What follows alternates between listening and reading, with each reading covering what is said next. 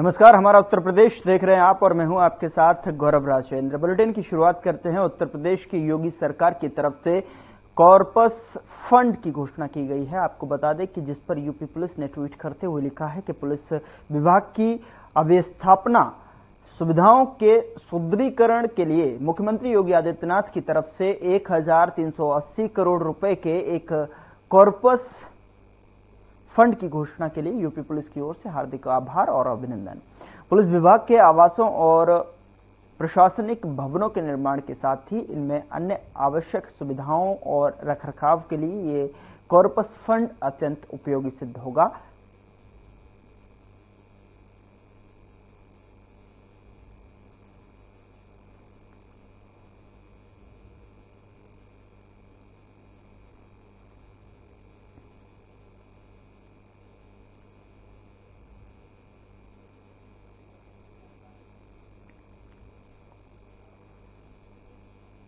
उधर police commissioner Gautam Buddha नगर लक्ष्मी सिंह के निर्देशन में पुलिस उपायुक्त ग्रेटर नोएडा साद मियां खान और अपर पुलिस आयुक्त ग्रेटर नोएडा अशोक कुमार के पर्यवेक्षण में एसीपी तृतीय ग्रेटर नोएडा अरविंद कुमार ने आगामी त्योहारों को लेकर पुलिस बल के साथ थाना दनकौर क्षेत्र के अंतर्गत कस्बा दनकौर और बिलासपुर में पेट्रोलिंग करते हुए सुरक्षा व्यवस्था का जायजा लिया। इस दौरान पुलिस टीम को निर्देशित किया गया कि यातायात व्यवस्था को दुरुस्त रखा जाए, यातायात व्यवस्था को बाधित न करने दिया जाए। साथ ही आपको बता दें कि संदिग्ध प्रतीत हो रहे वाहनों और व्यक्तियों को रोककर उनकी तलाशी ली जाए और सभी पीसीआर और पीआरबी वाहनों से लगातार पेट्रोलिंग की जाए।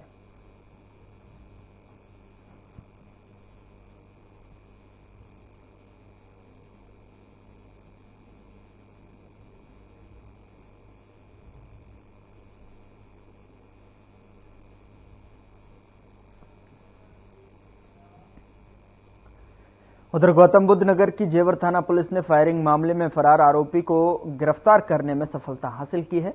बता दें कि बदमाश और पुलिस के बीच मुठभेड़ भी हुई थी। पुलिस अधिकारी ने जानकारी देते हुए बताया कि 14 अक्टूबर को पीड़ित ने शिकायत दी थी कि सागर, ऊधम और कुणाल ने शिकायतकर्ता के बेटों पर जान से मारने की नीयत से तमंचे से फायरिंग की थी। फायरिंग में गोली बाइक के टायर में लगी। हालांकि इस फायरिंग में शिकायतकर्ता के दोनों बेटों की जान बच गई थी, जिसके बाद मामले की सूचना पुलिस को दी गई। पुलिस ने मामले में 4 आरोपियों के खिलाफ मुकदमा दर्ज कर जांच शुरू की। इस कड़ी में गोपनीय सूचना के आधार पर दयोरार से मोहबलीपुर की ओर जाने वाले रास्ते से एक आरोपी उधम को पुलिस ने गिरफ्तार किया है। आरोपी जेवर के लोदोना गांव का रहने वाला है। पूछताछ में आरोपी ने बताया कि अपने साथियों के साथ गांव बंकापुर के पास शिकायतकर्ता के बेटों पर जान से मारने की नीयत से हमला किया था, जबकि पुलिस आरोपी को छिपाए गए तमंचे का पता लगाने के लिए लेकर पहुंची। आरोपी ने उसी तमंचे से पुलिस पर फायरिंग की। इस दौरान पुलिस ने भी जवाबी कार्रवाई करते हुए गोली चलाई, जो आरोपी के पैर में लगी। आपको बता दें कि आरोपी घायल हो गया और पुलिस ने फिलहाल आरोपी के कब्जे से एक अवैध तमंचा, एक खोखा कारतूस और एक जिंदा कारतूस बरामद किया है। पुलिस ने घायल आरोपी को इलाज के लिए अस्पताल पहुंचाकर आगे की कार्रवाई शुरू कर दी है।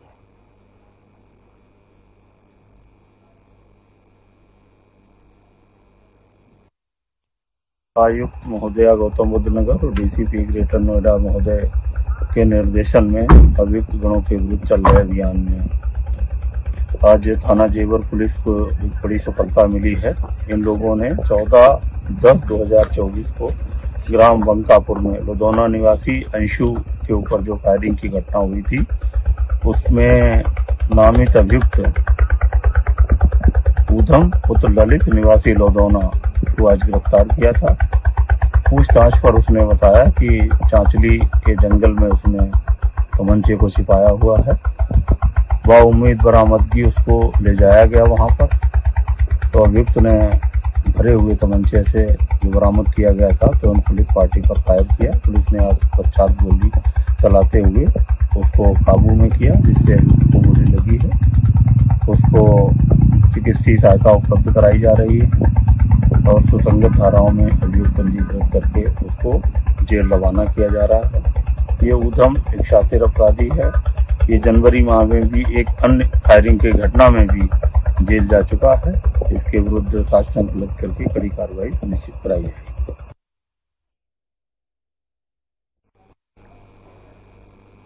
उधर पुलिस स्मृति दिवस के अवसर पर कार्यक्रम का आयोजन किया गया, जिसमें मुख्यमंत्री योगी आदित्यनाथ शामिल हुए। स्मृति दिवस के अवसर पर आज हम देश के समस्त शहीद पुलिस जन को श्रद्धांजलि अर्पित करने के लिए यहां पर एकत्र हुए हैं, जिन्होंने समाज और राष्ट्र की सेवा के लिए प्राणों का बलिदान देकर अप्रतिम कर्तव्य परायणता का परिचय दिया है। वर्ष 2023-24 में कर्तव्य की वेदी पर अपने प्राण न्यौछावर करने वाले शहीदों में उत्तर प्रदेश पुलिस के भी 2 बहादुर पुलिसकर्मी शामिल हैं। मैं इस अवसर पर सभी शहीद पुलिस जन को विनम्र श्रद्धांजलि अर्पित करता हूं। हमारे जाबांज पुलिस कार्मिकों का यह सर्वोच्च बलिदान हमें निरंतर कर्तव्य पथ पर पूर्ण निष्ठा, मनोयोग एवं दायित्व बोध के साथ आगे बढ़ते रहने की प्रेरणा देता रहेगा। शहीद पुलिस जन के परिवार के सदस्यों को मैं आश्वस्त करना चाहूंगा कि हमारी सरकार उनके कल्याण के लिए पूरी तत्परता के साथ प्रतिबद्ध है। पुलिस जन अत्यंत कठिन परिस्थितियों में भी दिन रात अपने कर्तव्यों को सर्वोपरि मानकर अपराधों पर नियंत्रण करने, कानून व्यवस्था को चुस्त दुरुस्त रखने, सामाजिक सौहार्द स्थापित करने और विशेषकर महिला सुरक्षा के लिए किए गए प्रयास अत्यंत सराहनीय रहे हैं। यह वर्ष हमारे लिए अत्यंत महत्वपूर्ण रहा है। अयोध्या में श्री राम जन्मभूमि पर भगवान श्री राम की मूर्ति की प्राण प्रतिष्ठा का समारोह के साथ ही लोकसभा सामान्य निर्वाचन 2024 शांतिपूर्वक संपन्न करने में पुलिस बल ने उल्लेखनीय योगदान दिया है। प्रदेश सरकार द्वारा कर्तव्य पालन के दौरान शहीद पुलिस कार्मिकों, केंद्रीय अर्धसैनिक बलों और अन्य प्रदेशों के अर्धसैन्य बलों तथा भारतीय सेना में कार्यरत एवं मूल रूप से उत्तर प्रदेश के रहने वाले 115 शहीद कार्मिकों के आश्रितों को 36 करोड़ 20 लाख रुपए की आर्थिक सहायता भी इस दौरान प्रदान की गई। प्रदेश के जनपद इकाइयों में नियुक्त पुलिस कार्मिकों के सुख सुविधा के लिए 3 करोड़ 50 लाख रुपए और कल्याण के लिए 4 करोड़ रुपए कार्यरत और सेवानिवृत्त पुलिस कार्मिकों एवं उनके आश्रितों के चिकित्सा प्रतिपूर्ति संबंधी 266 दावों के निस्तारण के लिए 30,56,000 रुपए की राशि, 5 लाख रुपए से अधिक के चिकित्सा प्रतिपूर्ति संबंधी 312 प्रकरण हेतु 12 करोड़ 60 लाख रुपए, 135 पुलिस कार्मिकों एवं उनके आश्रितों को गंभीर बीमारियों के उपचार हेतु तात्कालिक रूप से अग्रिम ऋण के रूप में 5 करोड़ 5 लाख रुपए, जीवन बीमा योजना के अंतर्गत बीमित 306 मृतक पुलिस कार्मिकों के आश्रितों की सहायता के लिए 9 करोड़ 8 लाख रुपए 24 पुलिस कर्मियों और उनके आश्रितों द्वारा कराए गए कैशलेस उपचार के अंतर्गत 21,16,000 रुपए के बिलों और पुलिस कार्मिकों के 205 मेधावी छात्रों को शिक्षा निधि के माध्यम से 53,30,000 रुपए की छात्रवृत्ति का भी भुगतान किया गया। अपने कर्तव्यों के प्रति समर्पित पुलिस कर्मियों को सम्मानित करने और उनका मनोबल बढ़ाने के लिए गणतंत्र दिवस एवं स्वतंत्रता दिवस के अवसर पर महामहिम राष्ट्रपति जी द्वारा विशिष्ट सेवाओं के लिए 4 तथा दीर्घ एवं सराहनीय सेवाओं के लिए 110 अधिकारियों और कर्मचारियों को पुलिस पदक प्रदान किया गया। गृह मंत्रालय भारत सरकार द्वारा 1013 पुलिस कार्मिकों को अति उत्कृष्ट सेवा पदक तथा 729 कार्मिकों को उत्कृष्ट सेवा पदक से सम्मानित किया गया। 3 राजपत्रित व राजपत्रित अधिकारियों कर्मचारियों को मुख्यमंत्री उत्कृष्ट सेवा पुलिस पदक प्रदान किया गया। पुलिस महानिदेशक उत्तर प्रदेश द्वारा 92 और राजपत्रित पुलिस कार्मिकों को उत्कृष्ट सेवा सम्मान चिन्ह, 455 पुलिस कर्मियों को सराहनीय सेवा सम्मान चिन्ह प्रदान किया गया। पुलिस कार्मिकों को प्रोत्साहित करने के उद्देश्य से पुलिस महानिदेशक उत्तर प्रदेश का प्रशंसा चिन्ह DG commendation disc 29 platinum, 51 gold और 783 सिल्वर राजपत्रित और अराजपत्रित पुलिस कार्मिकों को प्रदान किए गए।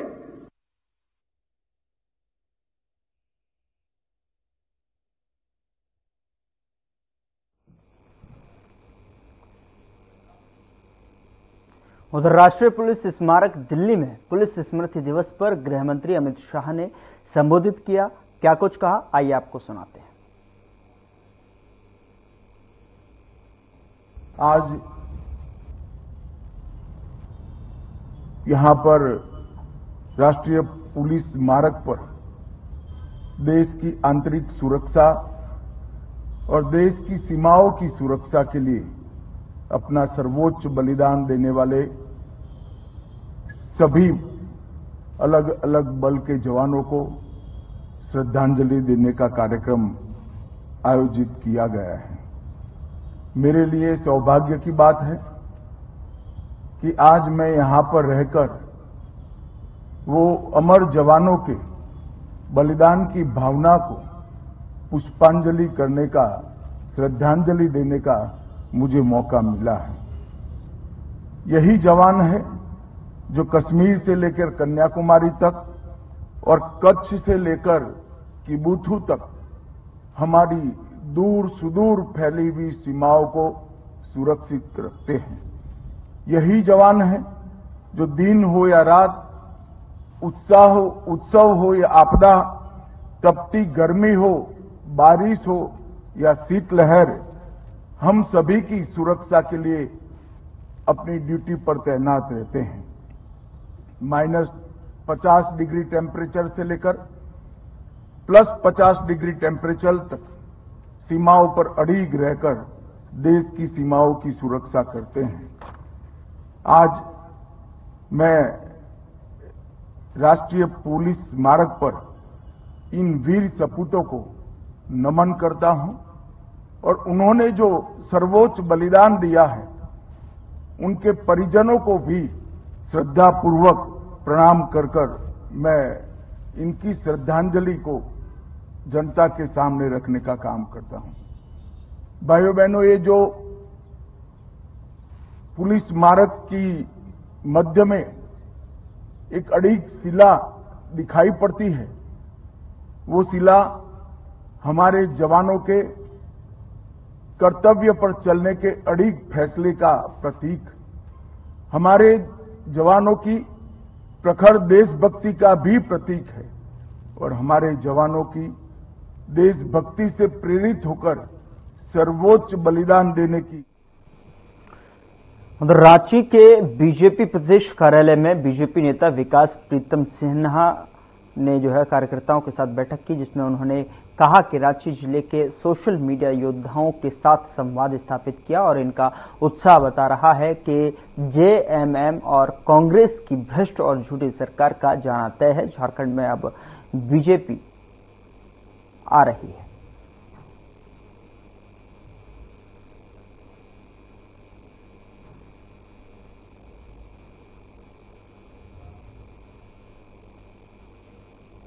उधर पीएम मोदी की रूस यात्रा को लेकर विशेष ब्रीफिंग की गई और इस मौके पर विदेश सचिव विक्रम मिस्त्री ने क्या कहा कि रूसी सेना में भारतीय नागरिकों की भर्ती का मुद्दा और उच्चतम स्तर पर उठाया गया है। हमारी जानकारी के अनुसार करीब 85 भारतीय नागरिक भारत लौट आए हैं। कुछ लोगों को अपनी जान गंवानी पड़ी और उनके शव लौटाए गए हैं। उन्होंने और क्या कुछ कहा, आइए आपको सुनाते हैं। Theme of this edition of the summit is strengthening multilateralism for just global development and security. As you know, India is a founding member of BRICS and has participated in all of its activities, its initiatives and engagement since its inception.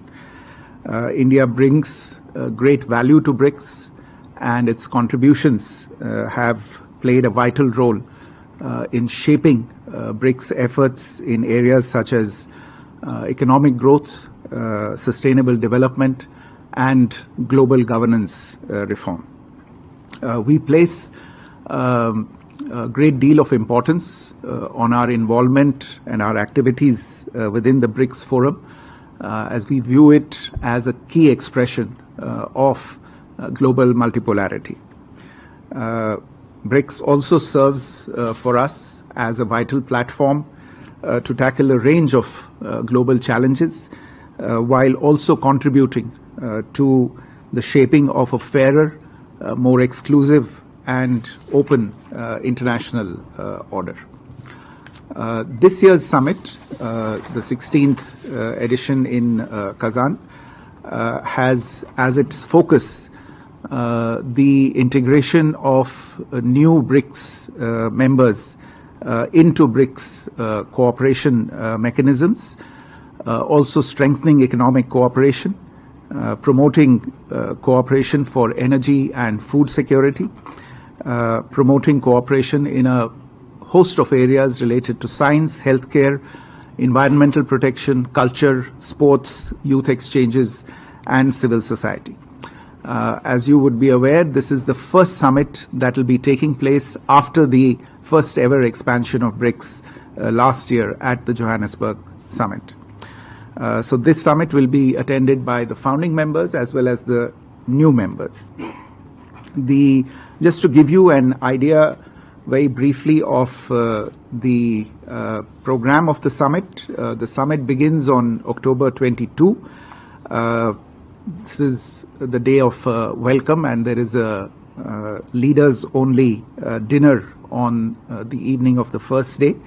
The main day of the summit is on the 23rd of October, and there are two main sessions, a closed plenary in the morning, followed by an open plenary in the afternoon, devoted to the main theme of the summit. The leaders are also expected to adopt the Kazan Declaration, which will lay the path forward for BRICS. This document is presently being negotiated in Kazan. The BRICS summit ends on the 24th of October.